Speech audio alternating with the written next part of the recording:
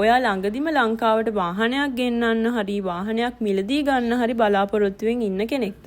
එහෙනම් මැයි 16 වෙනිදා ඉඳන් රජෙන් දාපු මේ අලුත් බද්ද ගැන ඔයා අනිවාර්යයෙන්ම දැනගෙන ඉන්න ඕනේ. පළවෙනි දේ තමයි මේක ස්ථිර බද්දක් නෙවෙයි. දේශීය විදේශ සංචිත ආරක්ෂා කරගන්න ඕන හින්දා මේක දාලා තියෙන්නේ මාස 3ක తాවකාලික කාලයකට විතරයි. දැන් බලමු කොහොමද මේ අලුත් බද්ද ගණනය වෙන්නේ කියලා. සාමාන්‍යයෙන් ලංකාවට වාහනයක් ආනයනය කරද්දී කලින් ඉඳන් ප්‍රධාන බදු වර්ග කිහිපයක් ගෙව්වා.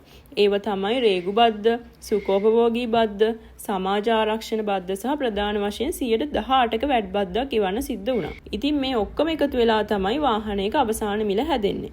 ඒත් මේ අලුත් 150ක తాවකාලික බද්ද වදින්නේ ඔය කියපු හැම බද්දම එකතු කරපු මුදල මත නෙවෙයි.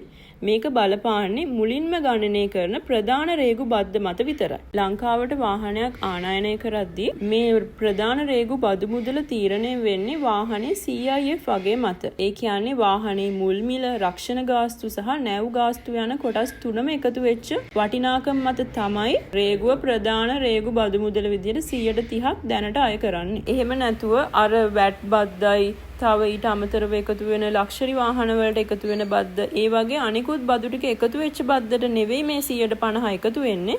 මේක එකතු වෙන්නේ රේගුවෙන් අය කරන ප්‍රධාන රේගු බද්දට විතරයි. අපි මේක සරලව පැහැදිලි කරගන්න මේ වගේ උදාහරණයක් අරගෙන බලමු. දැන් අපේ වාහනේ CIF වැලියු එක රුපියල් ලක්ෂ 100යි.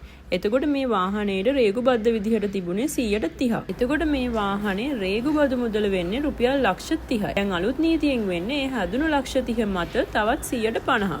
ඒ කියන්නේ තව ලක්ෂ 15ක් අමතරව එකතු වෙනවා. එතකොට මුළු රේගු බදු මුදල විදිහට ගෙවන්න තියෙන්නේ රුපියල් ලක්ෂ 45ක මුදල. මේ විදිහට තමයි අලුතෙන් ආව බද්ද වාහනේ වටිනාකමට එකතු වෙන්නේ. ඊට අමතරව අර කලින් පැවති බදු වර්ග ටිකත් මේ වටිනාකම් වලට එකතු වෙලා තමයි අවසානයේ වාහනේ මුළු වටිනාකම තීරණය වෙන්නේ. ඊළඟ කාරණය තමයි මේ බද්ද සාමාන්‍ය කාර්, වෑන්, ස්ටේෂන් වැගන් වගේම හයිබ්‍රිඩ් සහ විදුලි මෝටර් රථ වලට ඍජුවම බලපානවා. හැබැයි මෙතන තව විශේෂ දෙයක් තියෙනවා. ඒ තමයි රටේ සාමාන්‍ය ජනතාව බහුලව පාවිච්චි කරන මෝටර් සයිකල්, ත්‍රිරෝද රථ, ඒ වගේම භාණ්ඩ ප්‍රවාහනය කරන්න භාවිතා කරන වාණිජ වාහන මේ අලුත් බද්දෙන් සම්පූර්ණයෙන්ම නිදහස් වෙනවා. අවසාන වශයෙන් මැයි 15 වෙනිදා හරි ඊට කලින් බැංකු හරහා LC එහෙමත් නැත්නම් ණයවර ලිපි ඕපන් කරලා තහවුරු කරගත්ත ඇණවුම් වලට මේ අලුත් බද්ද බලපාන්නේ නැහැ.